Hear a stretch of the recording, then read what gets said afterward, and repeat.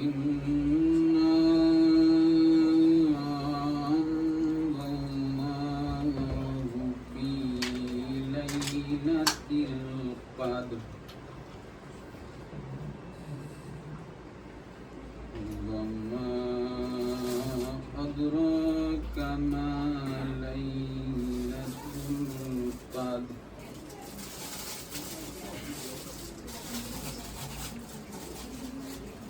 بسم الله الرحمن الرحيم إنا أنزلناه في ليلة القدر وما أدراك ما ليلة القدر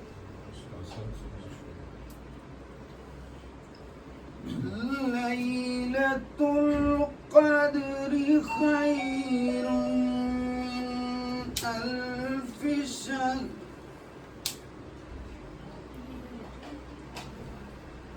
تنزل الملائكة والروح فيها بإذن ربهم من كل يوم سلام هي حتى مطلع الفجر صدق الله العلي العظيم وصدق رسوله النبي الكريم اللهم صل على محمد وآل محمد. اللهم صل على محمد وآل محمد. نعرہ تکبیر، اللہ اکبر. نعرہ رسالت، یا رسول اللہ. نعرہ حیدری، یا علی. پر محمد وآل محمد صلوات. اللهم صل على محمد وآل محمد. أعوذ بالله من الشيطان الرجيم بسم الله الرحمن الرحيم عن جابر بن عبد الله الأنصاري أنه قال عن فاطمة الزهراء عليها السلام بنت رسول الله صلى الله عليه وآله قال سمعت فاطمة أنها قالت دخل علي أبي رسول الله في بعض الأيام فقال السلام عليك يا فاطمة فقلت عليك السلام قال إني أجد في بدني ضعفا فقلت له أعيذك بالله يا أبتاه من الضعف فقال يا فاطمة ائتيني بالكساء اليماني فغطيني به فأتيته بالكساء اليماني فغطيته به وسرت أنظر إليه وإذا وجهه يتلألأ كأنه البدر في ليلة تمامه وكماله. اللهم صل على محمد وآل محمد. فما كانت إلا ساعة وإذا بولدي الحسن قد أقبل وقال السلام عليك يا أماه فقلت عليك السلام يا قرة عيني وثمرة فؤادي فقال يا أماه إني أشم عندك رائحة طيبة كأنها رائحة جدي رسول الله صلى الله عليه وآله فقلت نعم إن جدك تحت الكساء فأقبل الحسن نحو الكساء وقال السلام عليك يا جداه يا رسول الله أتعذن لي أن أدخل معك تحت الكساء فقال وعليك السلام يا ولدي ويا صاحب حوضي قد أذنت لك فدخل معه تحت الكساء.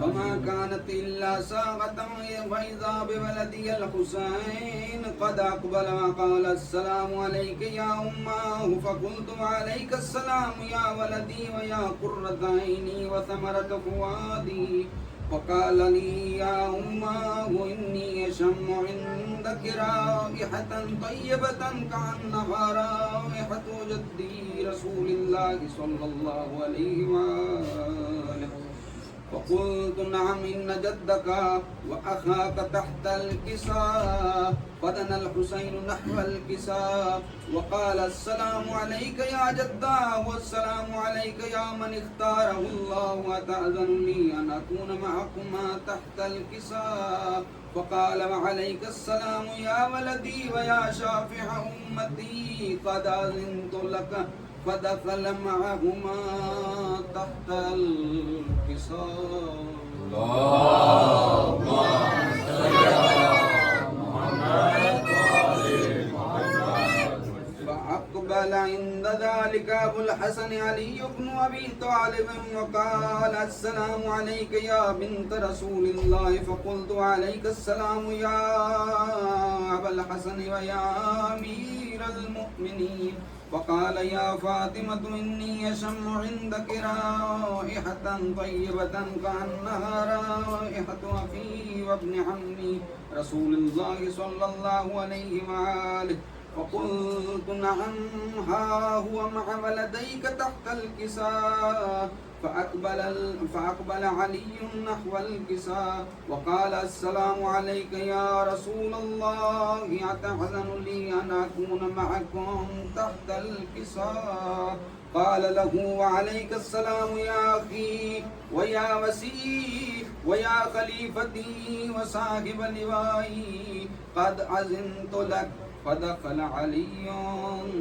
تحت الكساء اللهم صل على محمد وآل محمد. ثم أتيت نحو الكساء وقلت السلام عليك يا أبتاه يا رسول الله أتأذن لي أن أكون معكم تحت الكساء قال وعليك السلام يا بنتي ويا بضعتي قد أذنت لك فدخلت تحت الكساء اللهم صل على محمد وآل محمد. فلما اكتملنا جميعا تحت الكساء أخذ أبي رسول الله بطرف الكساء وقوم بيده اليمنى إلى السماء وقال اللهم إن هؤلاء أهل بيتي وخاصتي وحامتي لحمهم لحمي ودمهم دمي يؤلمني ما يؤلمهم ويحزنني ما يحزنهم أنا حرب لمن حاربهم وسلم لمن سالمهم وعدو لمن عاداهم ومحب لمن أحبهم إنهم مني وأنا منهم فاجعل صلواتك وبركاتك ورحمتك وغفرانك ورضوانك علي وعليهم وأذهب عنهم الرجس وطهرهم تطهيرا اللهم صل على محمد وآل محمد. فقال الله عز وجل يا ملائكتي ويا سكان السماوات إني ما خلقت سماء مبنية ولا أرضا مدحية ولا قمرا منيرا ولا شمسا مضية ولا فلكا يدور ولا بحرا يجري ولا فلكا يسري إلا في محبة هؤلاء الخمسة الذين هم تحت الكساء فقال العمين جبرائيل يا رب ومن تحت الكساء فقال عز وجل هم أهل بيت النبوة ومعدن الرسالة هم فاطمة وأبوها وبعلها وبنوها اللهم صل على محمد وآل محمد. وقال جبرائيل يا رب أتأذن لي أن أحبط إلى الأرض لأكون معهم سادسا. فقال الله نعم قد أذنت لك. فهبط الأمين جبرائيل وقال السلام عليك يا رسول الله. العلي الأعلى يقرئك السلام ويخصك بالتحية والإكرام ويقول لك وعزتي وجلالي إني ما خلقت سماء مبنية ولا أرضا مدحية ولا قمرا منيرا ولا شمسا مضية ولا فلكا يدور ولا بحرا يجري ولا فلكا يسري إلا لأجلكم ومحبتكم وقد أذن لي أن أدخل معكم فهل تعلم لي يا رسول الله. فقال رسول الله صلى الله عليه وآله وعليك السلام يا أمين وحي الله إنه نعم قد أذنت لك. فدخل جبرائيل معنا تحت الكساء. اللهم صل على محمد وآل محمد. فقال لأبي إن الله قد أوحى إليكم يقول إنما يريد الله ليذهب عنكم الرجس أهل البيت ويطهركم تطهيرا. اللهم صل على محمد وآل محمد. فقال علي لأبي يا رسول الله أخبرني ما لجلوسنا هذا تحت الكساء من الفضل عند الله. فقال النبي صلى الله عليه وآله والذي بعثني بالحق نبيا واصطفاني بالرسالة نجيا ما ذكر خبرنا هذا في محفل من محافل أهل الأرض وفيه جمع من شيعتنا ومحبينا إلا ونزلت عليهم الرحمة وحفت بهم الملائكة واستغفرت لهم إلى أن يتفرقوا. فقال علي إذا والله فضنا وفاز شيعتنا ورب الكعبة. اللهم صل على محمد وآل محمد. فقال النبي صلى الله عليه وآله ثانيا يا علي والذي بعثني بالحق نبيا واصطفاني بالرسالة نجيا ما ذكر خبرنا هذا في محفل من محافل أهل الأرض وفيه جمع من شيعتنا ومحبينا وفيه محموم إلا فرج الله همه ولا مغموم إلا وكشف الله غمه ولا طالب حاجة إلا وقضى الله حاجته. فقال علي إذا والله فضنا وسعدنا وكذلك شيعتنا فازوا وسعدوا في الدنيا والآخرة ورب الكعبة. اللهم صل على محمد وآل محمد. کہ آج کا یہ جو دن تمام مومنین ہم جمع ہیں کہ وہ عظیم دن کی یاد میں جمع ہیں کہ جب ایک بہن اپنے بھائی کی الفت میں قید نبھا کے واپس لوٹی ہے نا اور اپنے بھائی کی قبر کا پہلا دیدار کیا ہے. بس ہزاروں یہی چند جملے اسی منظر کے.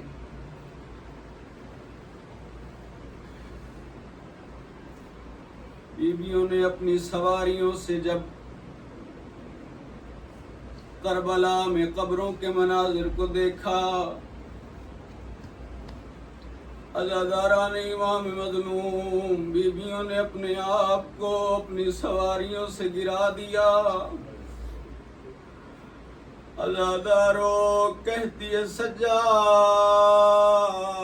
ہمیں اپنے بھائی کی قبر پہ لے چلو.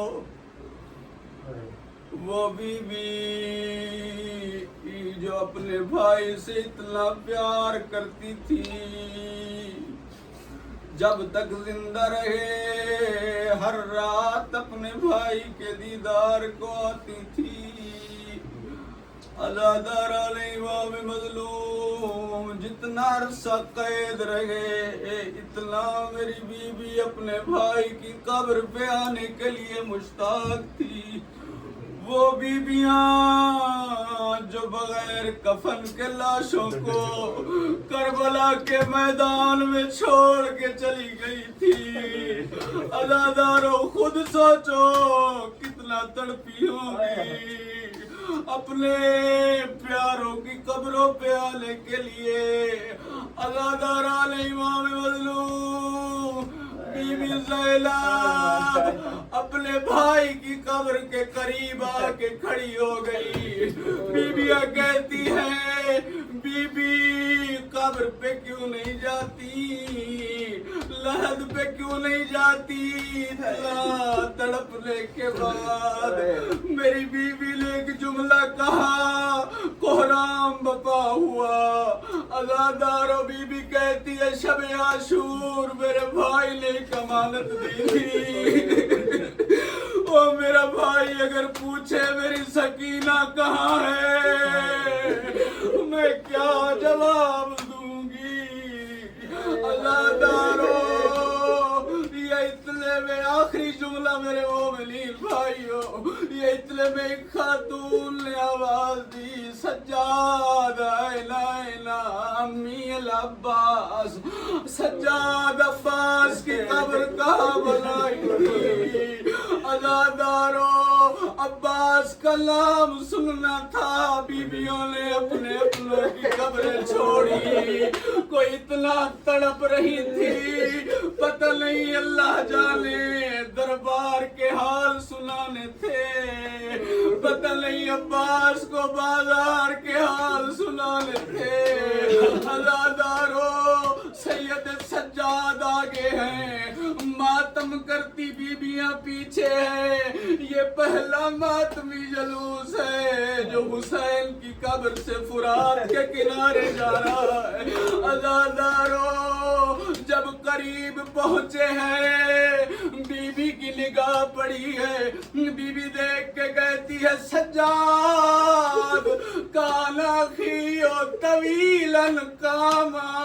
سجاد میرے بھائی عباس کا قد تو بلند تھا, اتنی چھوٹی سی قبر کس کی ہے.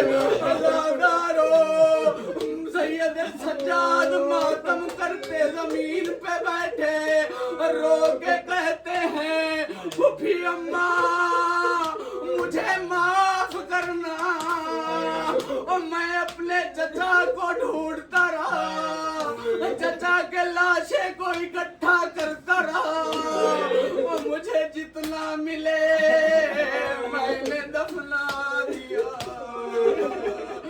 مجھے جتنا ملے میں نے دفنا دیا. لعنت اللہ علی القوم الظالمین وسيعلم الذين أي منقلب ينقلبون.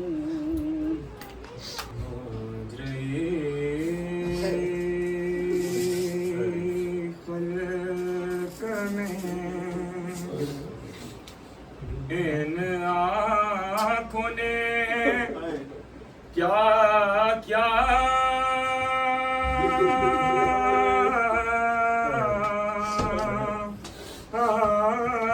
دیکھا,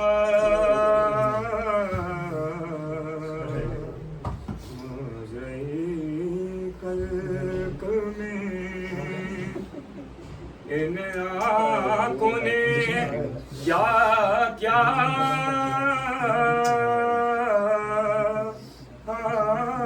دیکھا, پر کہیں صدق پیغمبر ثنا کا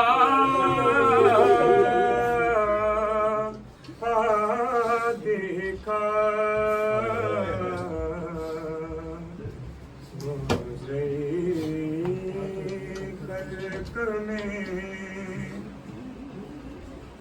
میں نے دیکھا عالم شاہ کو آلودہ خون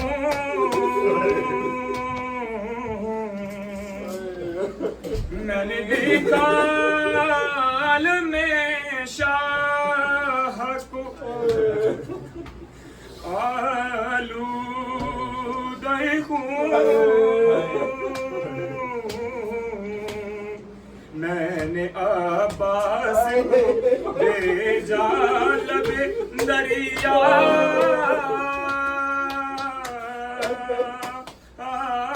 دیکھا نوجہی خلق میں نے دیکھا علی اصغر کا گلا خون میں تر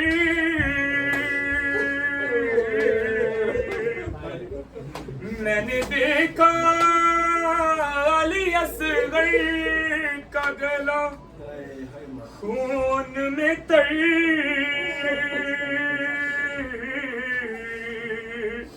میں نے زخمی علی اکبر کا کلیجہ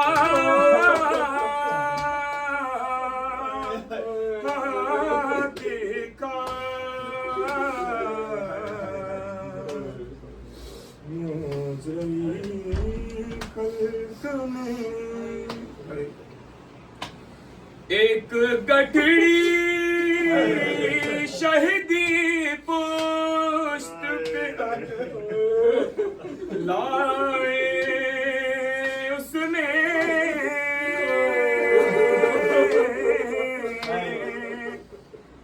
ایک گٹھڑی شہدی پشت پہ لائے اس میں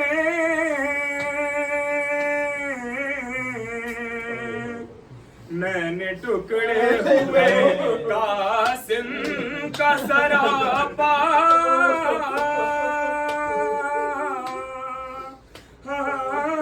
دیکھا نوجہی خلق میں جا کے زینب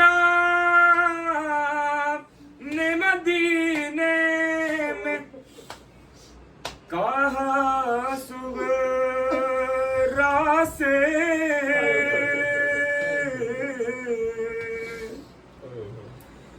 جا کے زینب نے مدینے میں کہا صغرا سے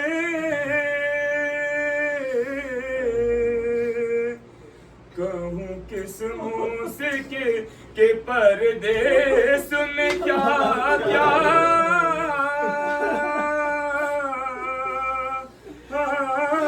دیکھا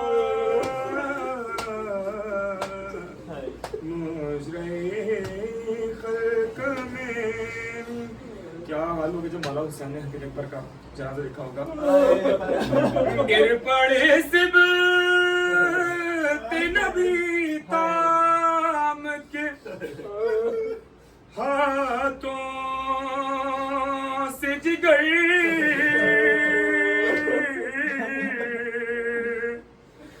گر پڑے سب نبی تام کے ہاتھوں سے جگر علی اکبر کو جو ریتی پہ تڑپتا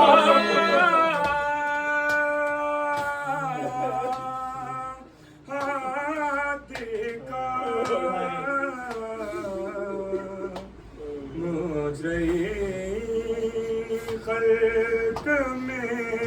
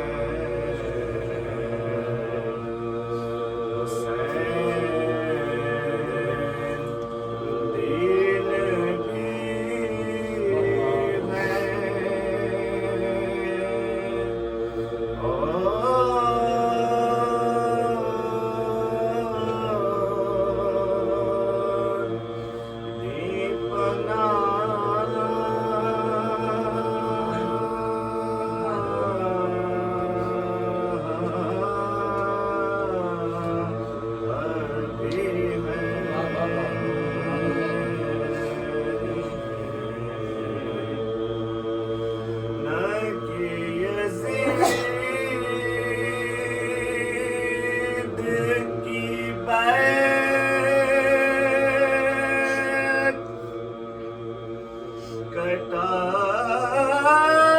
دیا سر کو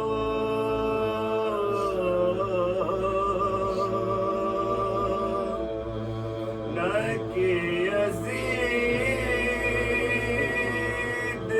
کی بیعت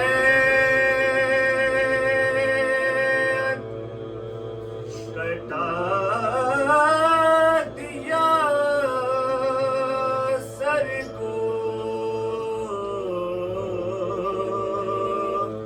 اسی بنا پت بنیاد لا الہ ابھی ہے حسین شاہ ابھی ہے فاتحہ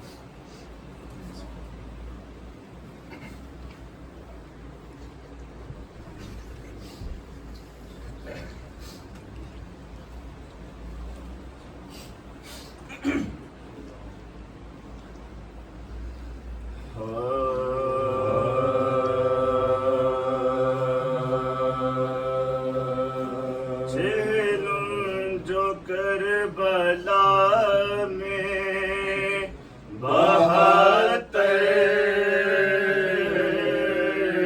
کا ہو چکا چہلم جو کربلا میں بہتر کا ہو چکا پیوند بے کسوں کے تنوں سر کا ہو چکا اور فاتحہ حسین کے لشکر کا ہو چکا قبروں پر شور آلے پیمبر کا ہو چکا ماتم میں 3 روز رہے شور و شیر سے روئے لپٹ لپٹ کے مزارے حسین سے مثل چراغ گورے غریبا بادل جلائے پھولوں کے بدلے قبروں پر لگتے جگر چڑھا پیاروں کی بود باش کے سامان جو یاد بے ساختہ پکارے کلیجا پکڑ کے کنبے کے ساتھ داغ لائے کربلا ہوا لایا جو تھا مدینے سے ہم کو وہ کیا ہوا آئے تھے کس طرح سے وطن کے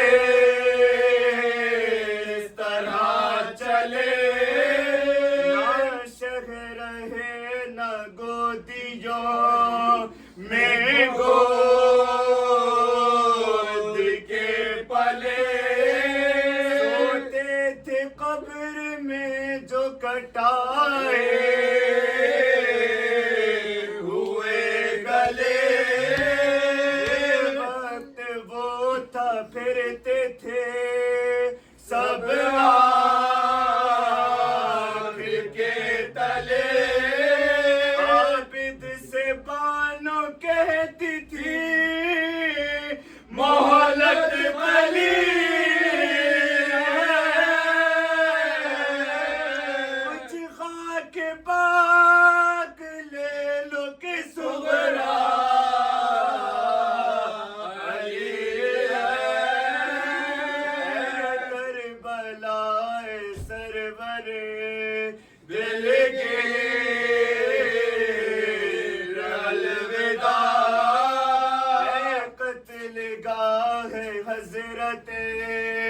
شبیر الوداع اے قبر ابن صاحب تطہیر الوداع اے بھائی جان جاتی ہے شمشیر الوداع اے بھائی جان جاتی ہے ہم شیر الوداع کیا غم نصیب ہے یہ نواسی رسولی تم نے مجاوری نہ ہماری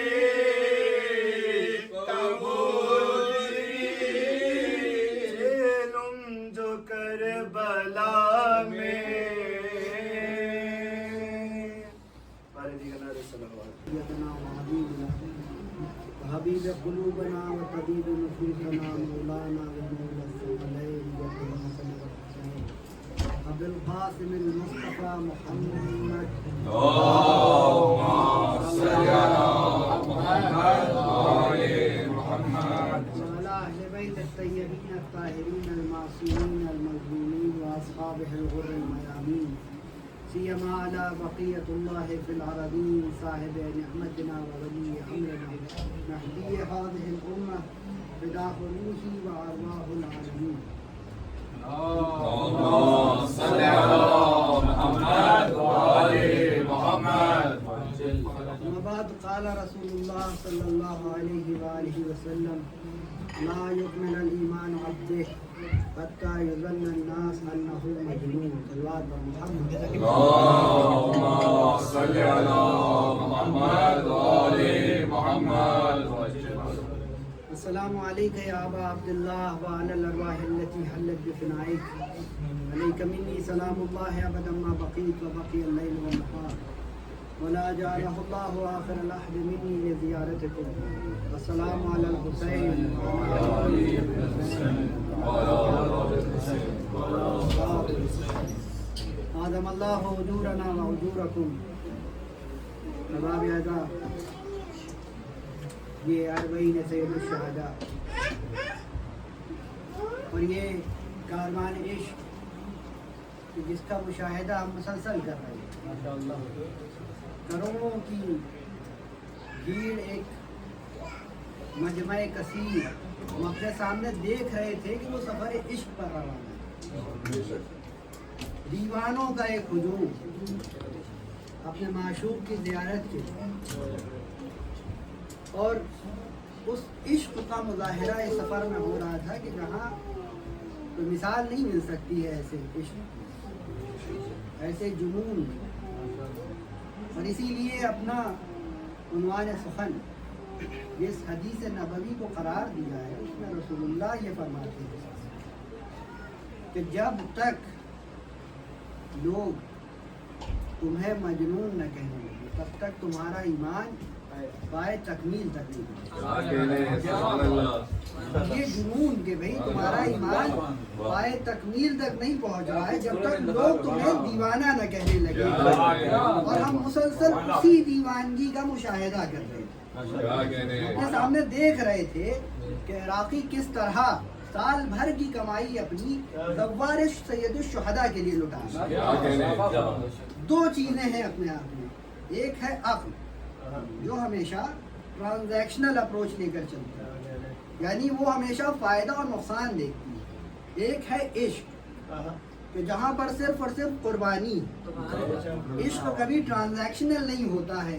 اور ہم اس سفر کربلا میں مسلسل دیکھ رہے تھے کہ ایک کاروان عشق مسلسل سید الشہداء کے لیے قربانیاں دے رہے ہیں.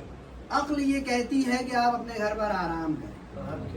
عقل یہ کہتی ہے کہ بھائی آپ کے ملکوں میں آپ کے گھروں میں نرم بستر موجود ہے, اہل و عیال آپ کے ساتھ موجود ہیں, آپ کے پاس تمام آسائش دنیا موجود ہے.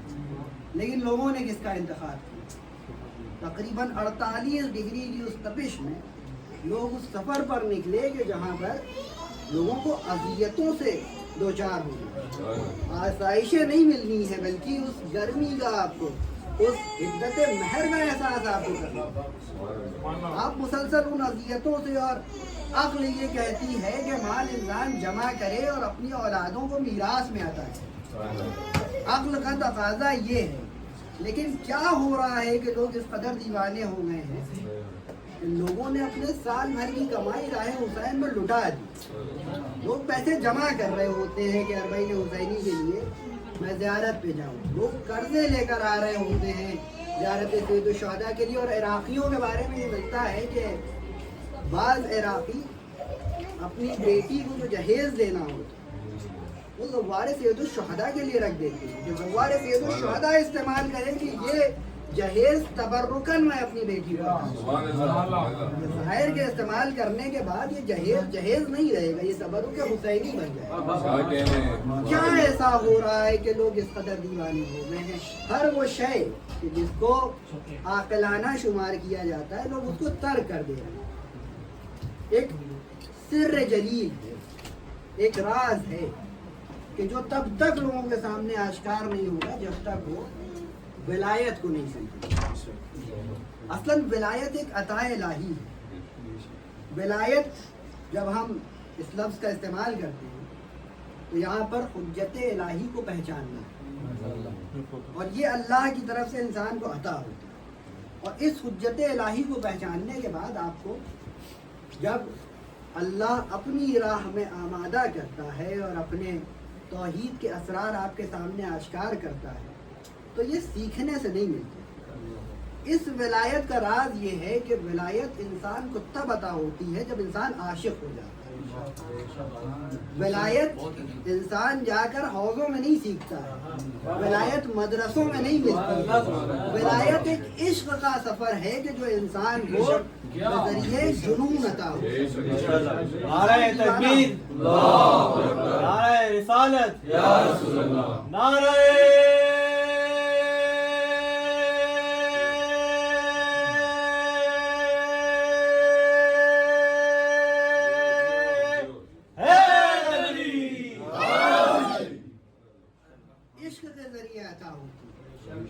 امیر المومنین سے لے کے ہمارے زمانے کے امام تک اگر آپ تاریخ اسلام کا مشاہدہ کریں تو آپ کو ملے گا ہر وہ انسان جو ٹرانزیکشنل تھا، جو عقل کی اتباع کر رہا تھا، وہ امام معصوم تک نہیں پہنچا. امیر المومنین کے زمانے کا آپ مشاہدہ کریں گے تو وہ لوگ کہ جو عقل کے ذریعے سے چلے. طلحہ و زبیر بہت خاص تھے امیر المومنین کے، لیکن کیا تھا کہ ٹرانزیکشنل تھے. بھائی مولا کے ساتھ مجھے ملنا کیا ہے.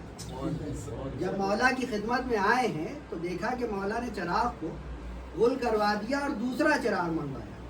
یعنی ذہن میں کیا تھا کہ مولا سے کچھ ہمیں مفاد حاصل ہونے، لیکن مولا کے چاہنے والے اور مولا کی ولایت تک پہنچنے والے کون؟ وہ لوگ کہ جو دیوانے، جناب سلمان، جناب ابو ذر، جناب عبدان و قمبر کہ عشق اس عالم معراج پر پہنچ چکا ہے کہ جہاں اب معشوق نے آپ سے ذکر یہ کر دیا کہ بھئی میسم تمہیں اس دار پر چڑھایا. عشق اس بلندی پر پہنچ گیا ہے کہ معشوق نے صرف ذکر کر دیا کہ بھئی تمہیں ہماری محبت میں، ہمارے عشق میں اس دار پر چڑھایا جائے گا. نتیجہ کیا ہوتا ہے؟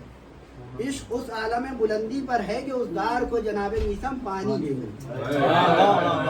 سب سے اقرار کرتے ہوئے کہ میں پانی اس نسبت سے دے رہا ہوں کہ مجھے اس پر سولی چڑھایا جائے. کون سا عشق ہے؟ اور حقیقت جب کربلا کی دیکھی جائے تو کربلا کچھ اور ہے ہی نہیں سوائے عشق. کربلا کچھ اور ہے ہی نہیں سوائے دیوانگی. خود یہ جملہ کربلا کے میدان میں حضرت عابس شاکری نے استعمال کیا کہ جنگ کرتے ہوئے ایک کیفیت یہ طاری ہوئی ان کے اوپر کہ اپنی زرہ اتاری، اپنا پیرہن اتارا، میدان کربلا میں پھینک دیا، تلوار سے رقص کرنے لگے. یزیدی لشکر نے مخاطب ہو کے کہا کہ موت کے خوف نے اس کو دیوانہ کر دیا ہے. اس موقع پر انہوں نے یہ تاریخی جملہ کہا، انا مجنون الحسین. نعرہ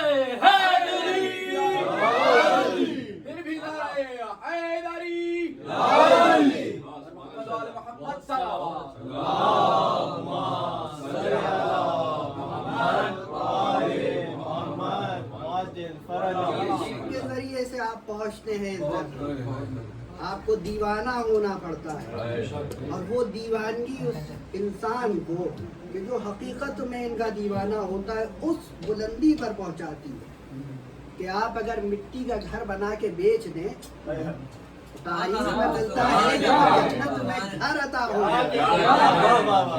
یہ دیوانگی اس در کی انسان کو اس بلندی پر پہنچاتی ہے۔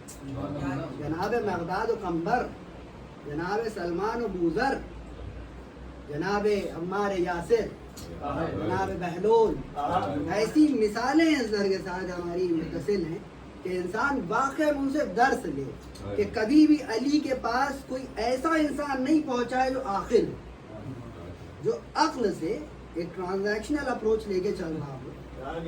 وہ لوگ کے جو عاقلانہ تھے وہ اپنے ٹرائبل الائنسز بنانے میں لگے ہوئے کہ بھائی ہم کئی قبیلوں کو ملائیں۔ بالکل امام صادق علیہ السلام یہ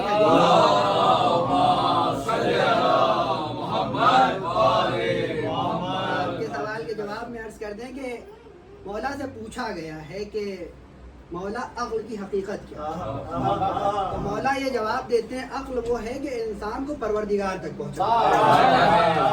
اب پوچھا گیا کہ مولا تو معاویہ کے پاس کیا تھا؟ انہوں نے یہ جواب دیا ہے کہ معاویہ کے پاس جو شے تھی وہ شیطنت تھی۔ معاویہ عاقل نہیں تھا، عقل وہ ہے کہ جو عقل ایک ملکوتی شے ہے، عقل مادی، یا میں ظاہراً عقل کی بات کرتا ہوں جو اس دنیا کی مادی شے ہے، جہاں آپ ٹرانزیکشنل ہو کے اپنا فائدہ اور نقصان، کہ بھئی عقل یہ کہتی ہے کہ اگر آپ آگ کے نزدیک جائیں گے آگ آپ کو ضرر پہنچائے گی، آگ آپ کو ضرر پہنچائے گی، لیکن عشق یہ کہتا ہے کہ معشوق کے حب میں اگر آگ میں داخل ہو جاؤ آگ گلزار ہو جائے گی۔ یعنی علامہ اقبال کا وہ شعر آپ کے ذہنوں میں ہوگا کہ بے خطر کود پڑا آتش نمرود میں عشق، عقل ہے محو تماشائے لب بام۔ پر محمد آل محمد صلوات،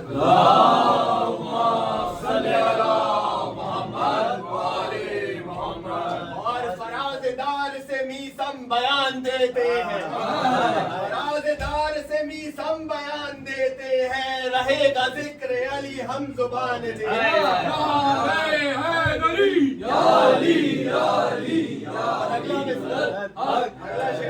صفے بناؤ محبوں کے دار سے میسم، صفے بناؤ محبوں کے دار سے میسم، نماز عشق علی کی اذان دے۔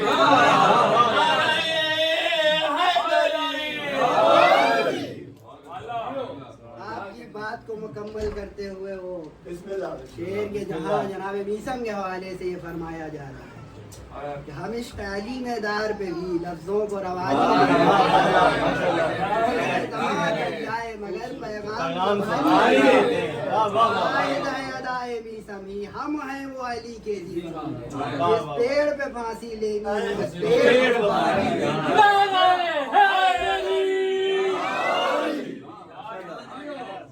چمن چمن کلی کلی علی علی علی علی، نگر نگر گلی گلی علی علی علی علی، پھول پھول کلی کلی علی علی علی علی، نعرہ حیدری ماشاءاللہ۔ نوری امام زمان بلند تر صلوات۔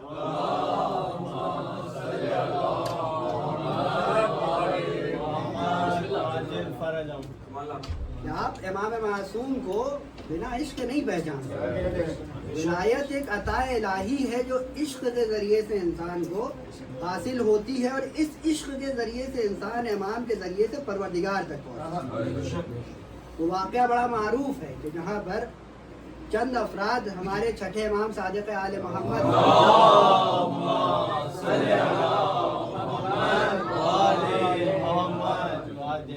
کی خدمت میں حاضر ہوئے اور یہ ادعا کیا کہ فرزند رسول ہم آپ کے چاہنے والے ہیں، اور پھر یہ کہا کہ فرزند رسول آپ کا لشکر تیار ہے، آپ بنی عباس کے خلاف خروج ہم آپ کے لیے آمادہ ہیں، ادعا کیا۔ امام نے کہا وہ تندور دیکھ رہے اس تندور میں داخل ہو۔ اب ایک مرتبہ امام کا چہرہ دیکھنے لگے کہ امام سیریسلی یہ جملہ کہہ رہے ہیں، بہرحال امام ہمارے ساتھ مذاق کرنا ہے۔ کیونکہ عقل کا تقاضا یہ ہے کہ انسان اگر تندور کے نزدیک جائے گا، تندور انسان کو ضرر پہنچائے گا، انسان نابود ہو جائے گا۔ امام کو ابھی متحیر ہو کے دیکھ رہے تھے کہ امام کا ایک دیوانہ داخل ہے۔ روایات میں جس کا نام حضرت ہارون مکی درج ہوا ہے کہ وہ امام کی خدمت میں حاضر ہوئے، امام کو سلام کیا، امام نے جواب سلام دیا، اور ابھی داخل ہی ہوئے تھے کہ امام نے کہا ہارون وہ تندور دیکھ رہے ہو، ذرا اس میں داخل ہو جائے۔ کہا بلا یا ابن رسول اللہ، یہ کہہ کے تندور میں داخل ہو۔ اب یہ لوگ پریشان ہیں کہ بھائی امام نے ہارون کو تندور میں داخل کروا دیا، ہارون تو نابود ہو گئے، یہ چہروں پر شکم آئی، پریشان۔ امام کہنے لگے کیا ہو، جواب نہیں دے پا رہے، پریشان ہے کہ امام نے ایک زندہ انسان کو تندور کی آتش میں داخل کروا دیا کہ وہ انسان نابود ہو جائے۔ جب امام نے ان کی ماتھے کی شکموں کو دیکھا تو امام نے کہا اس لیے پریشان ہو رہے ہو کہ اس آتش نے ہمارے ہارون کو نابود کر دیا ہوگا، جا کے ذرا سا نگاہ کر لو۔ اب تندور پر نگاہ کرنی تھی تو دیکھا حضرت ہارون صحیح و سالم تندور میں ہے، اور وہ تندور کی آگ گلزار بن چکی ہے۔ یہ آگ گلزار صرف نبی اللہ ابراہیم کے لیے نہیں ہوتی ہے، اگر اس در کا کوئی شیدا ہو اس کے لیے بھی گلزار ہو جائے۔ عشق نار کو گلزار کرتا ہے۔ محبت کے ذریعے سے آپ ان عوالم میں داخل ہوتے ہیں کہ جس کی رسائی کسی عام انسان کو نہیں ہے۔ لہذا کبھی بھی ولایت اہل بیت کو انسان کو ٹرانزیکشنل نہیں دیکھنا چاہیے۔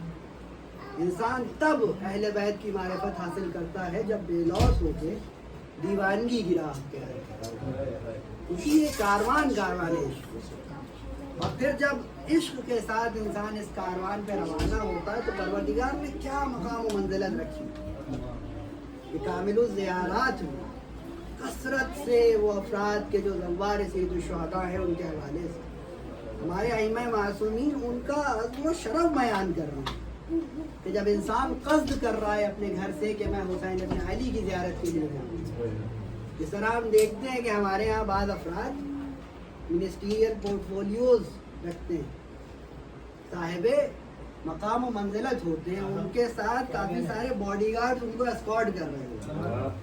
امام صادق یہ فرماتے ہیں کہ جب کوئی انسان یہ قصد کرتا ہے کہ ہمارے جد ابی عبداللہ الحسین علیہ السلام کی زیارت کے لیے نکلے تو وہاں پروردگار 40,000 ملائکہ کو اس کی خدمت میں حاضر، ہماری آنکھیں مادی ہیں کہ نہیں دیکھ رہی ہیں، یہ 40,000 ملائکہ اسکارٹ کر رہے ہوتے ہیں ایک ظاہر حسین، اور مسلسل ظاہر حسین کا وہ مقام کہ جب انسان سید الشہداء کی زیارت کر رہا ہوتا ہے تو وہ ایسا ہے کہ جیسے عرش الہیہ پہ پروردگار کی زیارت کرتا ہے۔ اور یہ کہ جب امام سے فرمایا جا رہا ہے کہ فرزند رسول میں حج کر چکا ہوں، میں عمرہ کر چکا ہوں، میں اب کیا کروں، تو امام نے یہ فرمایا کہ ہمارے جد کی زیارت کے لیے جاؤ کہ وہ 7 حج کی فضیلت ہے۔ کہا کہ مولا 7 حج، کہا 70 ہے، کہا مولا 70 حج، امام نے کہا 7,000۔ اب خاموش ہو گیا کہ اگر میں جواب دیتا رہوں گا تو امام فضیلت کو بڑھاتے رہیں گے، لہذا امام نے آخری جملہ یہ کہا کہ اگر معرفت کے ساتھ انسان زیارت سید الشہداء تو وہاں اس کا حساب نہیں ہے سوائے یہ کہ پروردگار کرے، دنیا کی گنتیوں میں اس کا شمار نہیں ہو سکتا۔ وہ عشق ہے کہ جو انسان کو اس منزلت پر پہنچاتی ہے۔ ہمارے لیے جنت کی حقیقت کوئی حقیقت نہیں ہے، ہمارے لیے وہ ذات، وہ مقام کہ جہاں ہمیں لذت ملتی ہے وہ حسین کا در ہے۔ ہم خود اپنی زندگیوں میں مشاہدہ کرتے ہیں کہ ایک لمبی مدت گزر جاتی ہے اور مجلس عزائے حسین نہیں ملتی ہے تو دل تڑپنے لگتا ہے، مثل ماہی بے آب ہم پریشان ہو جاتے ہیں، جس طرح کسی مچھلی کو جلتے صحرا پہ رکھ دیا گیا، وہ تڑپ رہی ہے اس صحرا پہ، اسی طرح ہمارے دلوں کا حال ہوتا ہے۔ کیوں؟ کیونکہ ہمارے لیے ہمارا عشق حسین ابن علی کی ذات ہے، ہمارے لیے وہ ذات باعث لذت و باعث مسرت ہے کہ جب اس فرش عزا پر آ جاتی ہے یہاں پر ہمارے دلوں کو سکون ملتا ہے، اور کیوں نہ سکون ملتا، کہ بروز قیامت بھی جب قرآن میں یہ آیت استعمال ہوئی تلزل العیون کہ بروز قیامت مومنین دیکھ رہے ہوں گے اور انہیں لذتیں مل رہی ہیں. اب پوچھا یہ گیا کہ یا امام یہ بتائیں کہ لوگ کیا دیکھ رہے ہوں گے کہ انہیں لذتیں مل رہی ہوں گی. وہاں پر امام یہ فرماتے ہیں جنت میں داخل ہونے سے پہلے جب میدان محشر میں یہ منادی ندا دے گا کہ کہاں ہے سید المرسلین اور ہمارے جد رسول اللہ کا منبر لگایا جائے گا. پھر یہ کہا جائے گا کہ کہاں ہے سید الاوصیاء اور ہمارے جد امیر المومنین کا منبر لگایا جائے گا. اور پھر یہ صدا دی جائے گی کہ کہاں ہے سید الاسباط اور ہمارے اجداد امام حسن و حسین کے منبر بلند کیے جائیں گے. وہاں پر وہ لذت کہ جو مومنین کو حاصل ہو رہی ہوگی وہ حسین ابن علی کی زیارت. اور خود اسی حوالے سے بہار الانوار میں ہمارے پانچویں امام امام محمد باقر علیہ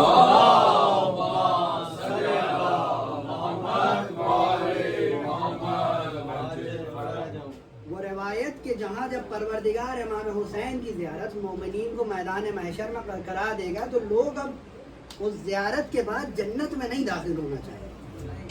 لوگوں کی نگاہیں حسین کے چہرے کی طرف اس طرح بہہ جائیں گی کہ لوگ نہیں چاہیں گے. اور خود سورہ ہجر میں یہ ذکر ہو رہا ہے کہ ملائکہ کھینچ رہے ہوں گے جنت کے اندر. کیوں کھینچنا پڑ رہا ہے؟ کیونکہ جنت سے زیادہ سرور حسین ابن علی کی زیارت میں ملتا ہے. یہ ہمارے لیے جنت کی حقیقت کوئی حقیقت نہیں، ہمارے لیے تو وہ مقام جنت ہے کہ جہاں مولا سید الشہداء کا روضہ ہے. ہماری جنت کربلا معلیٰ ہے. دادا یہ سفر عشق، اس عشق کے ذریعے سے انسان امام معصوم کی معرفت کو حاصل کرتا ہے. اور امام معصوم کا بھی جو راستہ ہے وہ راستہ عشق. اس خانوادے کی طرف اگر نگاہ کریں تو اس خانوادے کے پاس کچھ نہیں ہے سوائے عشق. تمام حیات اگر آپ دیکھیں محمد و آل محمد علیہ السلام کی تو کیا ہے؟ عشق ہے. رسول خدا کی زندگی کیا ہے؟ طائف کے لوگ پتھر برسا رہے ہیں لیکن رسول اللہ کیا ہے؟ حمد الہیہ بجا لا. خود جناب صدیقہ طاہرہ کے حوالے سے یہ ملتا ہے کہ کیا ہو رہا ہے. دلہن بن کر آ رہی ہیں، رسول اللہ نے جو دلہن کو لباس عطا کیا عشق الہیہ میں ایک فقیر کو عطا کر دیا. امیر المومنین کے ساتھ کیا ہو رہا ہے؟ حالت رکوع میں ہے، انگشت سلیمانی مولا کے دست مبارک میں، لیکن جب ایک سائل آ رہا ہے تو عشق الہیہ میں سائل کو انگشت سلیمانی عطا کر دے. کیا ہو رہا ہے کہ جہاں پر یہ افراد روزہ رکھتے ہیں سامنے کی روٹیاں عشق الہی میں سامنے والے کو عطا کر دے. فقیر آ رہا ہے، مسکین آ رہا ہے، یتیم آ رہا ہے، خود بھوکے رہ رہے اور قرآن کیا لفظ استعمال کر رہا ہے؟ علی حبہ، اس کے عشق میں یہ کر رہے ہیں. لہٰذا جب اس راہ کو ہم اختیار کرتے ہیں تو ہمیں ان کی زندگی سے یہ درس ملتا ہے کہ یہ راستہ عشق کا راستہ ہے اور اس عشق کے راستے سے ہر شے جمیل ہو جاتی ہے. فلسفہ جمالیات کی طرف اگر نگاہ کی جائے تو غم بھی جمیل نظر آنے لگا. شہداء کا یہ جو غم ہے جو پروردگار نے ہمیں باعث ایک نعمت کے طور پر عطا کیا یہ جمیل ہے، اس سے زیادہ انسان کو کوئی لذت نہیں ملتی. اور خود کربلا کو جناب زینب نے کیا کہا؟ ما رأیت الا جمیلا، دیکھا ہی نہیں کچھ سوائے جمال. وہ جمال انسان کب دیکھتا ہے؟ جب عاشق ہوتا ہے. جب جناب زینب کربلا کو توحید کی نگاہ سے دیکھ رہی ہے تو کچھ نہیں دکھ رہا ہے سوائے جمال کے. ایستھیٹکس، جب ایستھیٹکس کے فلسفے کی بات ہوتی ہے، فلسفہ جمالیات، تو وہاں ایک پہلو یہ بھی ہے کہ صرف کوئی شے کی جو ظاہراً لطیف ہے، کوئی شے جو ظاہراً یعنی ہمارے لیے باعث سرور و مسرت ہے، صرف وہ شے ایستھیٹک نہیں ہوتی بلکہ غم کے بھی اپنے ایستھیٹکس ہوتے ہیں، اذیتوں کے بھی اپنے ایستھیٹکس ہوتے ہیں. کربلا کا واقعہ وہ واقعہ ہے کہ جب توحید کی نگاہ سے انسان دیکھے تو وہاں اسے پتا چلے گا کہ یہ کاروان عشق ہر شے کو جمیل دیکھ رہا ہے. اس کاروان کے لیے وہ چیزیں اذیتناک نہیں ہیں. اور اسی لیے بروز عاشوراء امام نے ناصروں کا وہ جواب، جب مولا نے چراغ کو غل کیا ہے تو کیا جواب انہوں نے دیا ہے. امام یہ کہہ رہے ہیں کہ دیکھو یہ لوگ میری دشمنی میں یہاں آئے، یہ مجھے قتل کرنے کی نیت سے آئے ہیں، تم سے کوئی ان کا قتل کا ارادہ نہیں، لہٰذا مجھے چھوڑ کے چلے جاؤ.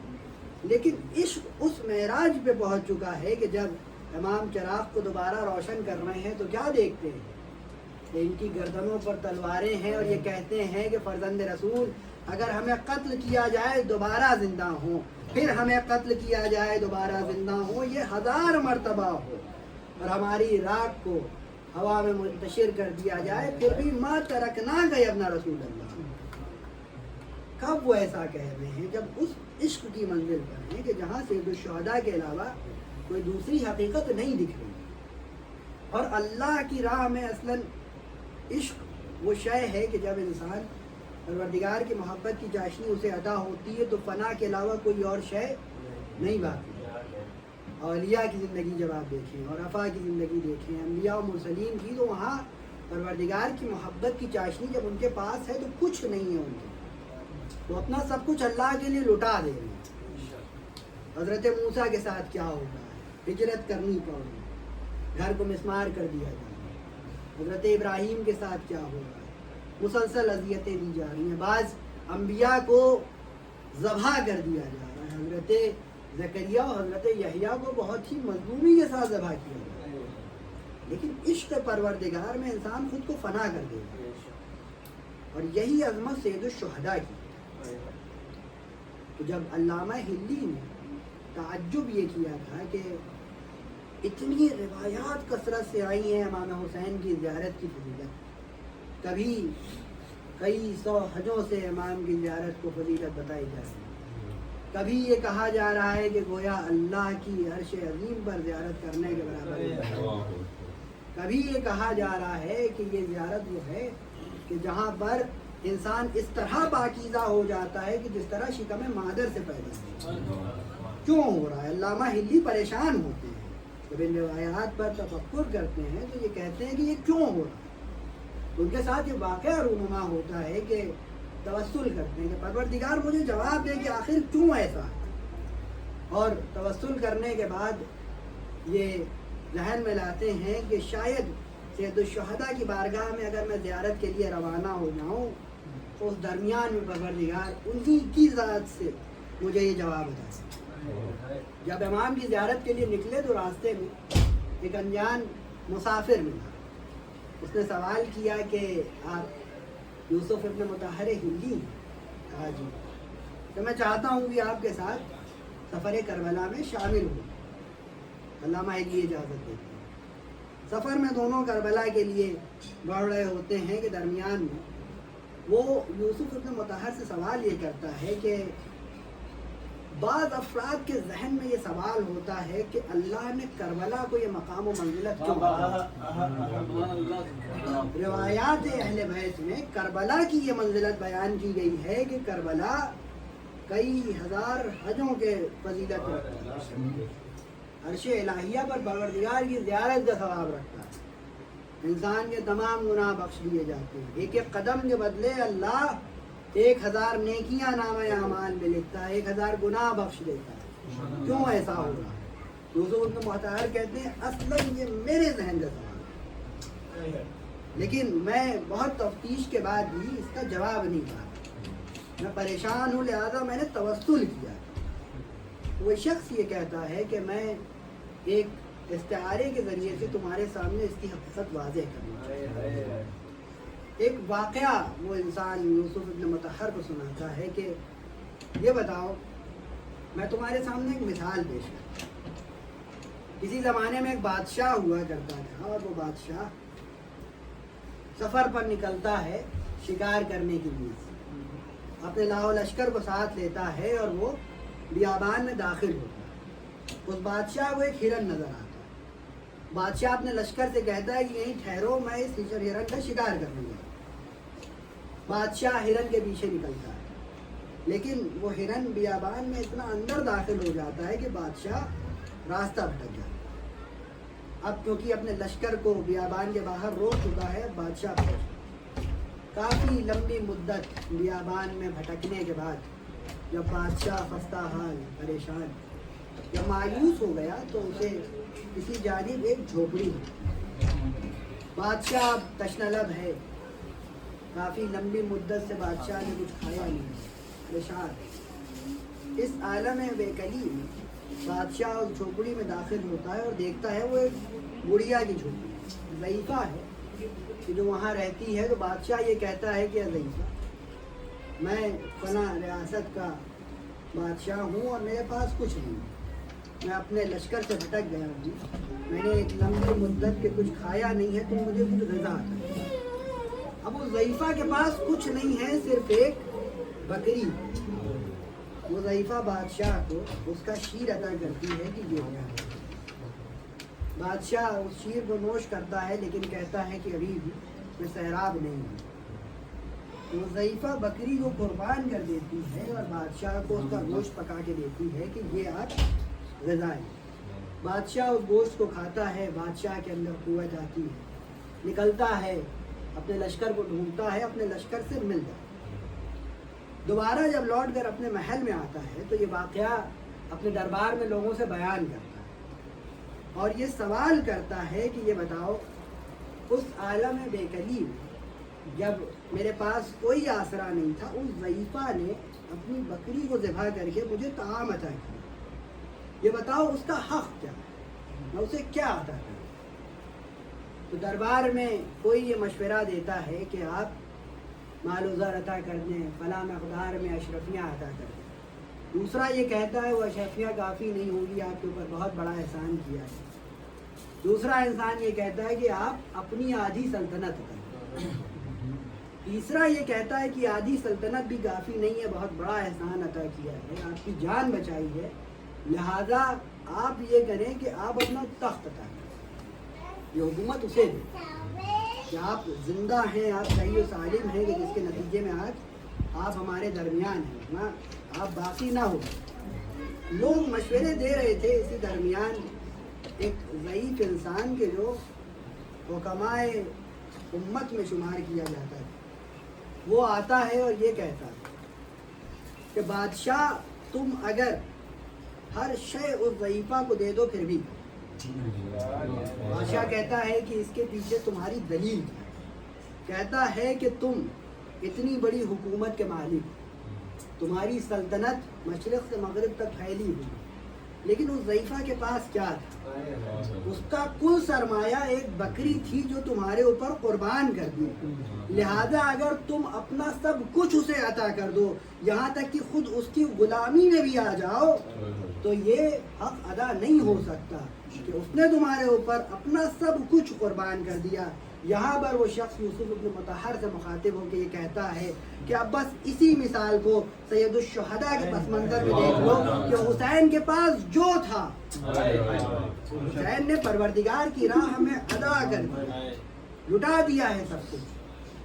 حسین نے اپنے بچوں کو پروردگار کی راہ میں اپنا تمام مال و زر پروردگار کی محبت میں لٹا دیا ہے، اپنے گھر کی خواتین کو پروردگار کی راہ میں اسیر ہونے تک پر حسین کو راضی، لہذا اللہ جو عطا کر دے حسین کو کم، یہ عظمت سید الشہداء کی۔ لہذا وہ عشق کہ جو ہمیں ائمہ سے درس ملتا ہے، جو ہمارے انبیاء و مرسلین سے، اس عشق کے ذریعے سے انسان اس حقیقت تک پہنچتا ہے، ورنہ اس حقیقت تک پہنچنا ظاہری علم کے ذریعے سے ممکن نہیں ہے۔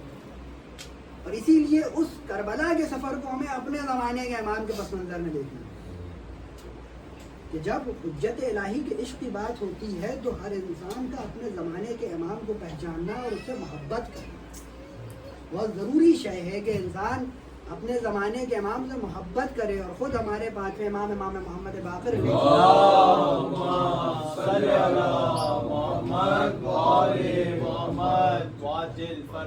امام یہ فرماتے ہیں: الا اہل زمان غیبتے القائلین فی امامتے المنتظرین لظہور افضل علی ناس کل زمان.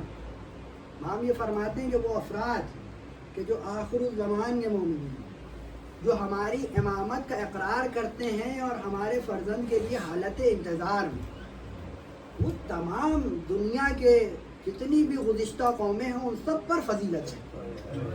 کس کی بات کر رہے ہیں؟ امام ہماری بات کر رہے ہیں. اور عشق کے الگ الگ پس منظر ہمارے سامنے موجود ہیں. ایک عاشق کا ہمیں روایات میں ذکر ملتا ہے کہ جس نے کبھی معشوق کو دیکھا نہیں. حضرت اویس قرنی یمن میں تھے، کبھی انہوں نے رسول اللہ کو دیکھا نہیں تھا، صرف ذکر سنتے تھے. جب کوئی قافلہ آتا تھا مدینے سے تو سب سے پہلے اس کی خدمت میں حاضر ہوتے تھے اور کہتے تھے جو تم نے رسول اللہ سے سنا ہے ذرا سا بیان کرو. جب بھی کوئی رسول اللہ کی زیارت سے لوٹتا تھا اس کی خدمت میں حاضر ہوتے تھے اور ایسے پیش آتے تھے کہ جیسے اس کے خادم. جناب اویس کوئی عام انسان نہیں تھے، آسا میں سے، لیکن اس کے بعد بھی کہ جب معشوق کے ذکر سننے کی بات ہے تو وہاں خادم بن کے جاتے ہیں. اپنے آپ کو رئیس دکھا کے نہیں جا رہے ہیں، لیکن صرف اور صرف سنا ہے، ابھی دیکھا نہیں.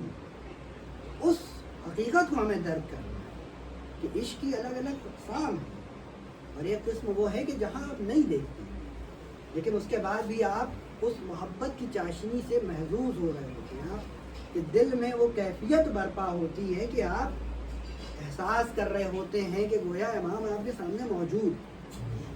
آپ ان کے ذکر کو سننے کے لیے دور دور سے چلے آتے ہیں. اور آج یہاں کیا ہو رہا ہے؟ یہاں مومنین کتنی دور دور سے آئے ہیں، کوئی کیبنٹ سے آیا ہوا ہے، کوئی نیورنبرگ سے آیا ہوا ہے، صرف اس ذکر کو سننے سے. یہ وہ عشق ہے جن عاشقوں کے لیے خود ہمارے ائمہ معصومین دعا کرتے ہیں. وہ کاروان عشق سید الشہداء کی زیارت کے لیے روانہ ہے. امام کیا دعا کر رہے ہیں؟ جب امام کے صحابی چھٹے امام کی خدمت میں آتے ہیں تو دیکھتے ہیں کہ مولا بعد نماز اپنی دعاؤں میں یہ ارشاد فرما رہے ہیں کہ اللہم ارحم تلک الوجوہ. مولا یہ کہہ رہے ہیں پروردگار ان چہروں پر رحمت نازل کر کہ دھوپ کی شدت میں جو سیاہ ہو. ظاہرین سید الشہداء کے لیے دعا کریں. پھر امام یہ فرماتے اللہم ارحم تلک العیون التی بکعت فی حزن. پروردگار ان آنکھوں پر رحمت نازل کہ جو ہمارے غم میں گریا ازاری بن جاتے ہیں. اللہم ارحم تلک القیوم. پروردگار ان رخساروں پر رحمت نازل کہ جو ہمارے جسد الشہداء کے ذریعے سے اپنے جانوں کو اللہم ارحم تلک القلوب الذی بقت وانتحقت فی حزننا. پروردگار ان دلوں پر رحمت نازل فرما جو ہمارے غم میں تڑپتے ہیں. امام معصوم دعا کر رہا ہے ان عزاداروں کے لیے کہ جن کے لیے ممکن نہیں ہے کہ مولا کی زیارت کریں. ہمارے امام صادق دعا کر رہے ہیں اور امام گریہ کر رہے ہیں اس مصیبت. ارباب اعضاء یہ اربعین حسینی کیا کہ وہ فرصہ ہے کہ جس کے لیے ہم حاضر ہوئے. اور یہ وہ تاریخ کہ جب ان تمام مشقتوں کے بعد، ان تمام مصیبتوں کے بعد کہ کبھی جب یہ کاروان اہل بیت کوفے میں داخل ہوا ہے تو وہاں کیا اہل کوفہ تماشائی بن کر تماشا دیکھا. جب ابن زیاد کے دربار میں یہ کاروان داخل ہو رہا ہے تو کیا ہو؟ مولا سید الشہداء کے سر سے وہ ظالم گستاخی کا مسلسل یہ کاروان عشق روانہ ہے. کبھی شہر اسقلان سے گزرتا ہے تو کیا ہوتا ہے؟ شہر اسقلان کے لوگ پتھر برساتے ہیں. جب شہر بالبیک سے گزرتا ہے تو کیا ہوتا ہے؟ روایات میں آیا ہے کہ شہر بالبیک کے لوگوں نے نہ صرف پتھر بلکہ انگارے برسائے. روایات میں آیا ان انگاروں میں سے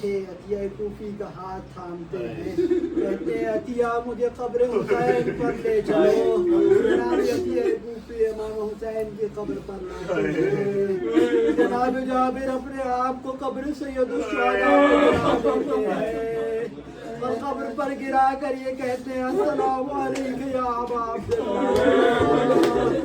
اس کے بعد جناب جابر ایک مرثیہ پڑھتے ہیں، جناب جابر یہ کہتے ہیں الیس حبیب لم جواب حبیبنا، جناب جابر یہ کہتے ہیں آخر وہ کیسا حبیب ہے کہ جو اپنے حبیب کا جواب نہ دے۔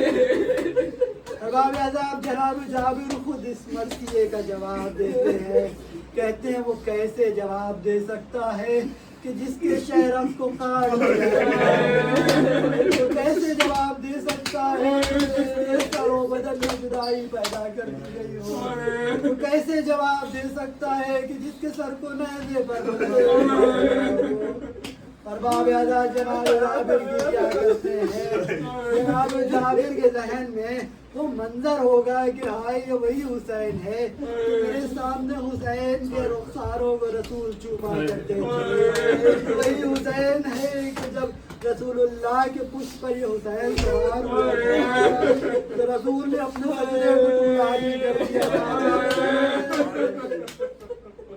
جناب جابر امام حسین کی قبر پر گریہ اوزاری کر رہے ہیں، کبھی اپنے دائیں رخسار کو قبر امام حسین پر مس کرتے ہیں، کبھی بائیں رخسار کو، یہاں تک کہ ایک صدا آئی کہ اے جابر اب حسین ابن علی کے اہل حرم اب داخل ہوئے، جابر اب حسین کی بہن زینب داخل ہو گئی، شام سے حسین کی زیارت کے لیے واپس لوٹا ہے، امام سجاد آئے جناب جابر کے گلے لگے، امام گریہ کرتے ہوئے یہ فرماتے ہیں اے جد کے صحابی جناب جابر، آئے شام میں ہمارے اوپر وہ مظالم ڈھائے گئے کہ کبھی ہمارے سروں پر پتھر برسائے گئے، کبھی ہمارے خواتینوں کو دیار بدیار بازاروں میں پھرایا گیا، تمام لپٹ کے گریہ کرتے ہیں، لیکن امام یہ کہتے ہیں کہ ہماری پھوپھی یا بابا کی قبر کی زیارت کرنا چاہتی ہیں، جناب زینب امام حسین کی قبر کی نزدیک آتی ہیں، بھائی کی قبر کو دیکھا، قبر پر خود کو گرا دیا، امام حسین سے مصائب کو بیان کرتی ہے اور یہ کہتی ہے بھیا جانے سے پہلے 2 وعدے کیے تھے، بھیا ایک وعدہ آپ نے یہ لیا تھا کہ نماز شب کی دعاؤں میں نہ بھیا میں نے تمہیں نماز شب کی دعاؤں میں فراموش نہیں کیا، دوسرا ایک وعدہ وہ تھا کہ جب ایک بچی گھوڑے کے سمو سے کہہ رہی تھی کہ بابا میں آپ کو مقتل میں جانے نہ دوں تو بھیا تم لوگ بچی کو بہلاتے ہوئے مجھے یہ دیا تھا اور کہا تھا بہن زینب میرے بعد تم اس بچی کا خیال بھیا میں وعدہ کرتا ہوں کہ آپ کی بچی کا خیال نہ رکھ پائی، بھیا میں اس بچی کو شام کے زندان میں دفن کر کے آئی ہوں، منزل آئی کہ جہاں اہل حرم نے امام سجاد سے سوال یہ کیا ہے کہ بیٹا سجاد ہمارے عباس کی لاش، امام یہ جواب دیتے ہیں کہ ہم نے چچا سجاد فرات کے کنارے دفن کیا ہے، اہل حرم فرات کے کنارے آئے، ابھی آپ نے مساعد میں سنا جب قبر کو دیکھا اشقاز امام سجاد جب اس قبر پر لائے تو لوگوں نے دیکھا کہ جناب اصغر معصوم جیسے بیبیاں تڑپ گئی، بیبیوں نے سوال کیا کہ عباس کی قد و قامت تو ایسی نہیں تھی،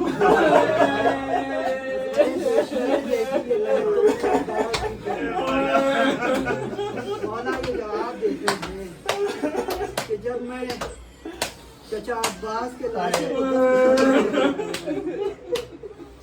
تو میں نے قالین لیا ہے اور چچا کے لاشے کو جمع جتنا جمع کر پایا میں اسے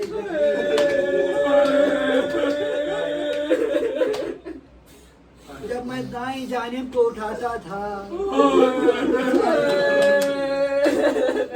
میں پھوپھی اس لاشے کو اس طرح پامال کیا تھا میں نے میدان کربل میں ڈھونڈ کے نکالا اور ایک بکری کی صورت میں بھیا عباس کی قبر پر جناب زینب جناب ام کلثوم کی خواتین مسکراتی ہیں حضرت عباس کی قبر پہ وہ مصائب پڑتی ہے کہ بھیا عباس جب تک تم تھے تب تک کسی کی ہمت نہ تھی اے بھیا عباس جب تمہارے بازو قلم ہو گئے کسی نے ہماری چادریں چھینی کسی نے تازیانے مارے یار بدیار ہمیں پھرایا ہماری نصرت کو کوئی نہ آیا یہ ہمارا مذاق اڑاتے رہے بھائی عباس جس پر تمہیں نہ ہے وہ بھائی تمہارا کہاں ہے کہ تمہاری ہماری نصرت کو کوئی اسے عالم النبی یا حسین حسین یا حسین یا حسین حسین یا حسین یا حسین حسین یا حسین یا حسین